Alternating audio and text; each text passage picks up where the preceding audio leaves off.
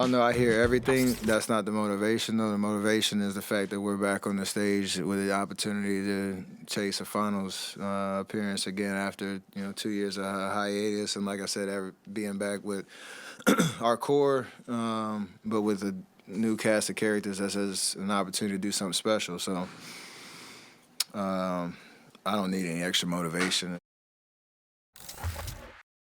Stephen A., thus far, has this series revealed more to you about Golden State or the Mavs? It's revealed more to me about the Dallas Mavs than it has about the Golden State Warriors. We kind of know who they are. I mean, they've proven that. We've seen the elevation of a Jordan Poole. Andrew Wiggins deserves a lot of credit, which I'm sure you'll get into. I'll leave that to you, J.J. Redick. But I got to tell you, you walk away thinking about the Dallas Mavs. Now, I would remind everybody that last night, Luka Doncic dropped 40. I would remind y'all that in this series, he's averaging about 40 on 50% shooting. Reggie Bullock, God bless him, won the Kareem Abdul-Jabbar Social Justice Award. Yes, they well deserved. Huge props. If you know about his background with his family and what happened to his sister and what have you, major props to him. But he shot 0 for 10 last night, okay? And then you look at a guy like Max Kleber, he shot 0 for 5. Ladies and gentlemen, that's 0 for 15. 0 points on 0 for 15 shooting. What the hell is Luka Doncic supposed to do when your supporting cast shows up and virtually gives you nothing? And we're not talking about Jalen Brunson because he shows up and he gives you what he's got. Mad respect to him. Spencer Dinwiddie has shown up over the last couple of games, and he's giving you something as well.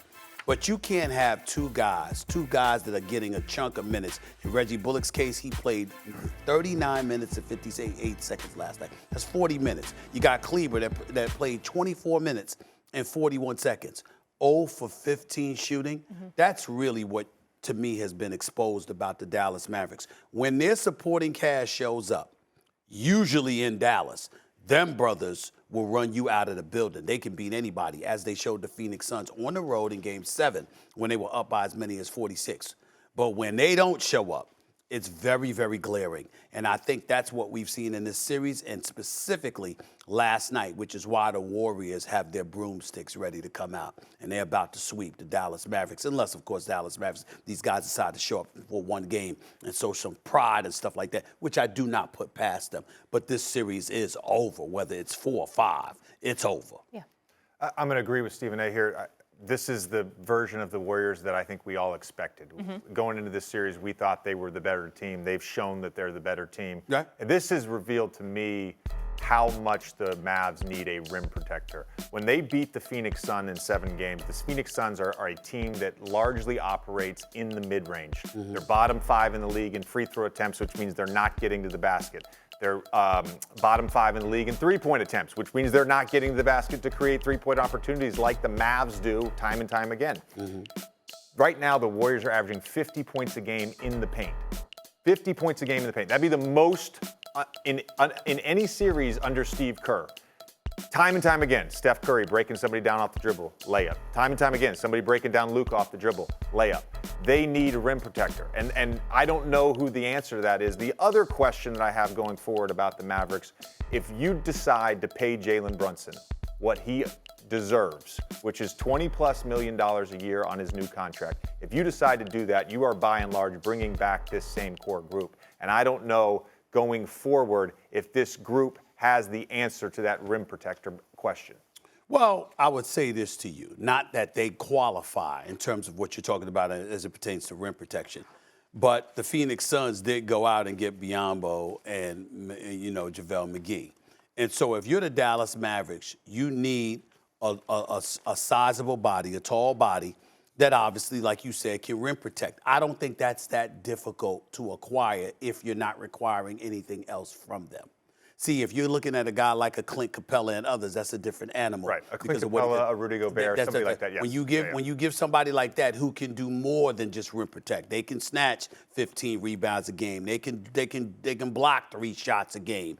They definitely are formidable consistently on the front court. We get that. That's a different level, and then you can't go out and find that. But can you go out and find a big, active body that can give you some level of resistance at a cheap price? I think that's something that you can pull off if you're the Dallas Mavericks. I just don't think it's something you prioritize because you didn't recognize that it would be such a glaring weakness. For example, when you talk about the Golden State Warriors, yes, they shoot the ball, even though I think they can shoot the ball considerably better than they've been shooting over the last 4 or 5 games. They can shoot the basketball. We know what they bring to the table. But as Barkley and Shaq and those guys astutely pointed out, on far too many occasions, we see people jacking up threes. These guys will take it to the basket. The Warriors will attack on the interior. They'll get to the hole, whether it's a Steph, who's gotten to the hole now more than I've ever seen him before. We know Jordan Poole can attack the basket. Even a Klay Thompson coming back from the 2-year layoff, he's attacked the basket. And so you see the level of aggression that they have because you don't have anybody formidable waiting for you on the interior for the Dallas Mavericks. You can go out and get something, and actually something will be better than what they have because they have virtually nothing on the interior defensively. And that's what you're seeing right now. Thank you for watching ESPN on YouTube. For live streaming sports and premium content, subscribe to ESPN+.